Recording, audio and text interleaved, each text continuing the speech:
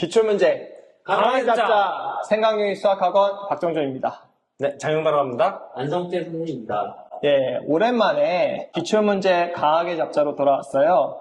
이번 2025년도 상원고 2학년 1학기 중간고사가 너무 어려워서 현재 출제 경향이 어떤지 한번 분석해 보려고 이 시간을 마련해 봤어요. 영배쌤 상원고 어떻게 봐요? 문제가 진짜 어려웠거든요. 이건 지금 상원고 2학년 친구들한테도 물어봐도 누굴 자꾸 물어봐도 어렵다고 할 거고 이미 다른 학교에도 이미 소문이 다 났더라고요. 어렵다고. 이 어려웠던 이유가 여러 가지가 요소가 있는 것 같아요. 그 중 하나는 문제에 대한 배치. 특히 4번에서 애들이 좀 멘탈이 많이 나가기도 했고 전적으로 좀 어려운 문제가 많더라고요. 성태쌤 그러면은 이 네. 등급 컷은 대략 어느 정도 되나요?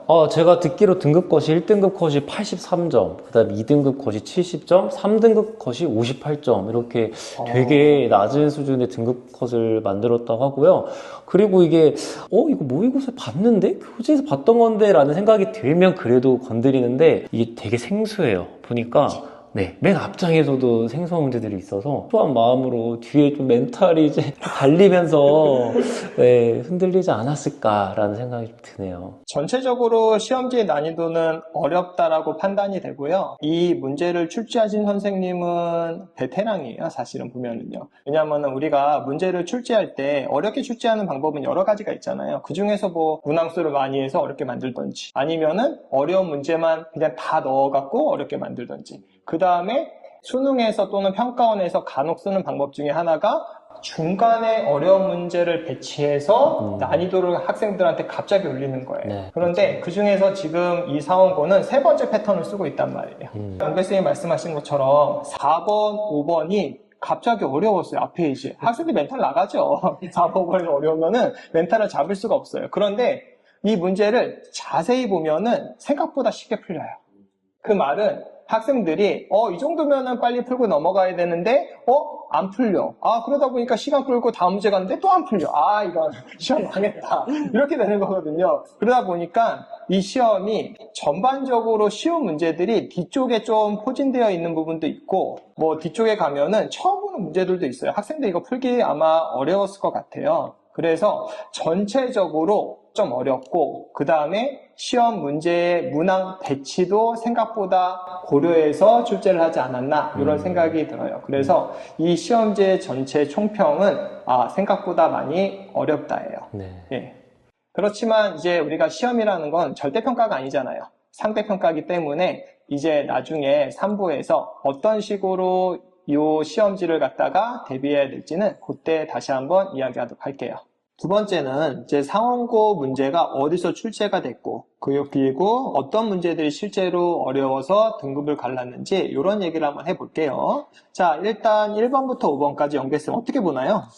그래서 1번부터 5번 사이에서 1번에서 3번은 사실 어느 책에나 있는 문제로 생각해서 1, 2, 3번을 잘 풀었을 거라 생각하는데 이제 문제는 이 4번이죠. 4번은 일단 내용 자체가 애들이 되게 생소했을 것 같아요. 식에서 X랑 Y를 구해야 되나 아니면 이거를 한 번에 쳐야 되나 이런 고민을 되게 많이 했을 것 같은데 여기에서 애들이 좀 멘탈이 많이 나가가지고 시간을 많이 투자했으면 뒤에서 좀 조급해지는 그런 영향이 있을 것 같아요. 이제 4번 같은 문제에 어려운 문항이 이제 확 들어가 있잖아요. 그런데 4번 문제를 조금 자세히 분석해 보면은 진짜로 못 풀 문제를 넣어놓는 경우는 별로 없어요. 시험지에. 보면은 형태가 안 보여서 못 푸는 문제들이 사실 대부분이거든요. 그래서 요거는 어쩌면은 수학적인 수적인 감각이 있는 애들은 조금 빠르게 볼 수도 있어요. 왜냐면은 보니까 64가 보이고 그 다음에 4에 x 플러스 3제곱인데 얘도 64로 뺄 수 있잖아요. 그러니까 개수가 똑같이 맞아 떨어지거든요. 그래서 만약에 그런 것이 보이는 학생들은 그냥 편안하게 넘어갈 수 있었을 것이고 그 다음에 안 보이는 학생들은 주구장창 계산하다가 결국에 답이 안 나왔고 다음 문제로 넘어간 학생들도 있었을 거예요. 그래서 1번부터 5번까지 문제 중에서는 난이도가 높지요. 왜? 이 정도 문제는 보통 눈으로 푸는 학생들도 되게 많고 그냥 빨리빨리 넘어가야 되는데 여기에서 일단 학생들의 멘탈을 날렸을 거라는 생각을 일부 할 수 있을 것 같아요. 자, 그 다음에 이제 6번부터 10번까지는 자, 성태쌤은 어떻게 보시나요? 일단 6번부터 10번은 이게 뭔가 선생님들께서도 4, 5번 좀 어렵게 냈으니까 이거 또 연달아 너무 어렵게 내면 아이들이 공부한 보람도 조금 느끼기 어려웠을 거고 너무 이렇게 기를 죽일 수도 있겠다 싶어서 좀 풀어주신 것 같아요. 보면 시중교재 다 있을 법한 문제들이고요.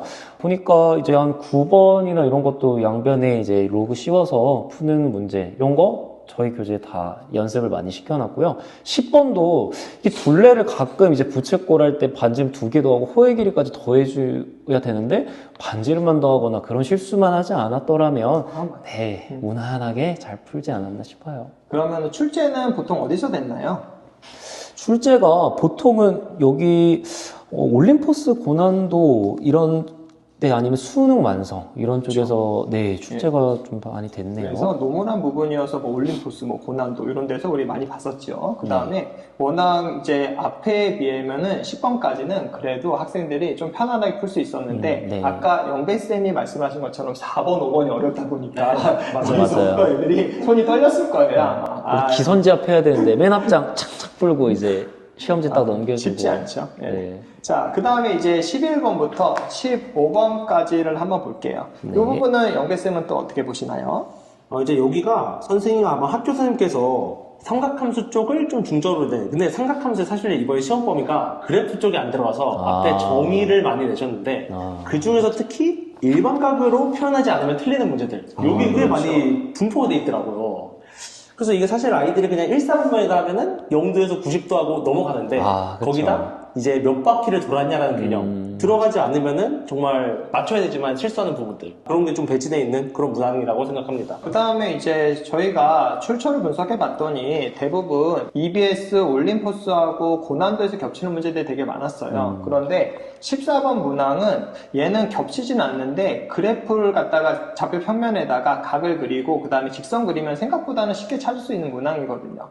그리고 이제 11번부터 15번까지 해서 자, 얘는 전체적으로 같은 종류의 문제들을 연달아 배치했잖아요. 네. 그런데 이게 만약에 따로따로 배치하다 보면은 일반각으로 안 풀어서 틀리는 경우가 진짜 많이 나와요, 학생들한테. 예. 그런데 이제 다행히 얘는 지금 12번부터 15번까지가 거의 똑같은 문제가 반복되고 다 일반각으로 풀어야지만 실수 없게 풀 수 있는 문제였었죠. 그래서 사실은 11번부터 15번까지는 난이도가 그렇게 높지 않았어요. 예. 그런데 이제 마지막으로 16번부터 21번까지. 힘들죠? 네. 예. 자, 16번부터 21번까지 문제를 저희가 열심히 찾아서 출처를 네. 분석해 봤는데 17번하고 21번은 출처를 찾을 수가 없었어요. 그 말은 선생님이 만드셨거나 아니면은 어디 문제에서 일단 일부 아이디어를 따와서 만드신 것 같아요. 그래서 학생들이 봤을 때 17번 문항은 푼학생보다 일단 스킵하고 뒤에 거 먼저 풀고 나중에 와서 푼학생들이 훨씬 시험을 잘 보지 않았을까라는 생각을 해요. 맞아요. 그렇잖아요. 예. 네. 그 다음에 뭐 16번 문제도 보시면은 차수가 너무 높아요. 그렇죠. 이게 보통 할 때 이런 문제가 있으면 거의 이제 제곱에서 끝나는데 네. 그렇죠. 이 문제 아마 전개한 친구들은 하면서 이거에 맞나 싶은 생각이 아마 들었을 것 같아요. 그래서 이것도 그냥 일반적인 문제도보다 난이도를 하나 살짝 올려놨단 말이에요. 그리고 이 정도 됐으면 벌써 시간이 이제 압박이 들어와요. 왜냐하면 지금 시간 얼마 안 남았는데 계산 힘들어요. 그래서 이런 부분들이 생각보다 문제 풀기가 힘들었을 것 같아요. 네. 그리고 이제 뒤에 넘어가서 19번 문제도 일반적으로 로그가 정의되기 위한 조건은 밑이 0보다 크고 1은 아니다 이런 조건에서 몇 개가 나가는데 얘는 함수로 주어져 갖고 이 x제곱 빼기 ax 플러스 4가 1보다는 크다로 설정을 해야 되잖아요. 이런 네. 부분에 대해서도 아마 선생님이 많은 고민을 하고 출제를 하시지 않았나라는 생각을 해요. 그리고 20번도 마찬가지로 막상 그려보지 않으면 절대 풀 수 없는 문제고 네. 21번도 계산이 생각보다 21번. 그래서 전체적으로 제가 시험을 보더라도 시간이 남을 수 있는 시험지는 아니었고요. 네. 그 다음에 이 주변 학교를 비교해 보더라도 난이도는 최상에 들어간다라고 아마 판단이 들어요.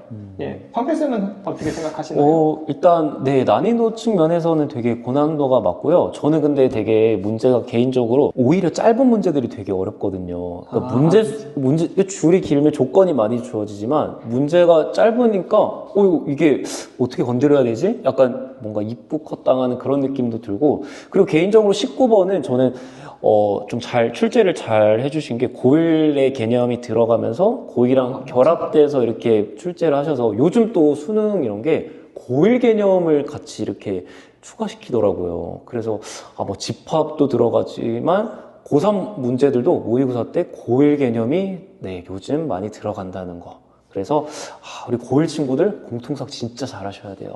전체적으로 문제를 분석해 보면은 EBS 고난도, 올림포스 거기다가 네. 교육청 모의고사, 수능 완서, 수능 특강 전부 다 들어가 있어요. 네. 그래서 쉽지 않은 시험지고 그 다음에 문제 자체가 어려운 문항도 두세 문항이 들어가 있기 때문에 전체적으로 어려운 시험지였다 생각이 들고요. 그러면은 어려운 시험지니까 모두 다 시험을 못 봤다. 사실 또 이건 아니죠. 아니죠. 그래서 우리가 다음 3부에서는 그럼 과연 이렇게 어려운 시험지가 나오면은 어떤 식으로 대비해야 될지를 한번 이야기해 보도록 할게요. 자, 우리 앞에서는 이제 총평하고 출제가 어디서든지 분석을 했어요. 근데 제일 중요한 건 뭐냐면은 당연히 어떻게 대비하는지 제일 중요하겠죠. 그래서 이번에는 자, 어떻게 대비해야지 다음 시험을 조금 더 잘 볼 수 있는지 한번 거기에 대해서 이야기를 해볼게요. 영매쌤은 어떻게 대비해야 될 것 같아요? 사실 저도 이거를 정말 오랜만에 그냥 1번부터 끝까지 다 풀어본 시험지였는데 풀면서 약간 느낀 게 아이들이 느끼기에 평소에 봤던 문제는 아닌 모양일 수도 있겠다 라는 생각을 하면서 동시에 들었던 게 근데 사실 되게 기본 문제를 되게 어려워 보이게 잘 내셨다 이 생각을 했거든요. 그래가지고 사실 뭐 공부할 때 이제 정말 안 좋은 그냥 문제를 외우듯이 하는 공부는 최대한 지양해야 되고 정말 기본 개념 위주로 내가 평소에 공부할 때 하나하나씩을 전개할 때 이거를 넘어갈 때 이게 왜 이렇게 되는지 가장 기본으로부터 너무 진부한 얘기지만 그게 잘 돼 있는 데서 그런 친구들이 고득점을 받았어요. 시험지라고 생각합니다. 맞아. 기초 중요하죠. 예. 자, 그럼 여기에다 추가로 성태쌤은 네. 어떻게 대비를 좀 해야 될까요? 일단은 제가 이게 저희 시험지를 분석을 하면서 제가 사실 시중에 수능 특강도 5개년치를 다 봤고요. 올림포스 고난도, 수능 완성도 다 봤는데, 일단은 이게 사실은 프린트를 준다면은 대비하기가 훨씬 수월할 수 있어요. 그런데 이게 작년에도 저희가 분석을 했는데 작년에는 프린트에 사실 좀 많이 나왔거든요. 근데 이게 뭐 내후년에 계속 나오란 법이 없어요. 프린트에서 나올 거야. 이런 말을 함부로 함부로 하면 안 되고, 이게 막 문제를 학생들이 또 그런 친구 있어요. 이거는 좀 시험 택하지 않은데요? 이거 여기서 안 나오는 거 아닌가? 일반각 좀 천대시 하잖아요, 보통은. 그런데, 함부로 재단하면 안 된다. 네, 결국은 기본이 강한 자가, 좋은 점수를 받고요. 그리고, 선생님, 이 어려운 시험지에 100점이 있대요. 와. 그러니까, 돼? 그러니까 이게 100점 받는 게 정말 어렵다고 하는데 이야. 근데 그게 네. 학원에 있다고 들었는데 근데 어머나. 진짜예요? 그 친구가 되게 공부를 잘하는 친구라고 들었는데 이번에 저희 학원이요? 100점 받기가 어렵다고 하는데 그리고 듣기로 전교 유일하다는데, 한 명? 맞아요. 와. 실력 좋죠. 예.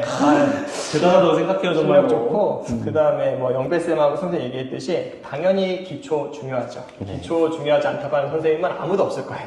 기초가 중요한데, 중요한 게 이런 거잖아요. 보통 우리가 수능 잘 본 사람 물어보면은 교과서만 공부했대요. 말도 안 되는 소리잖아요. 교과서만. 그래서 대부분은 기초에 충실하지만 그 기초에 충실한 응용력이 없어요, 학생들이 일반적으로. 그렇기 때문에 기본적으로 어느 정도 다양한 문제는 풀 수밖에 없어요. 그래서 학생들이 나는 기초에 충실해. 그렇기 때문에 적은 문제만 풀어도 돼. 그럼 시험 망해요.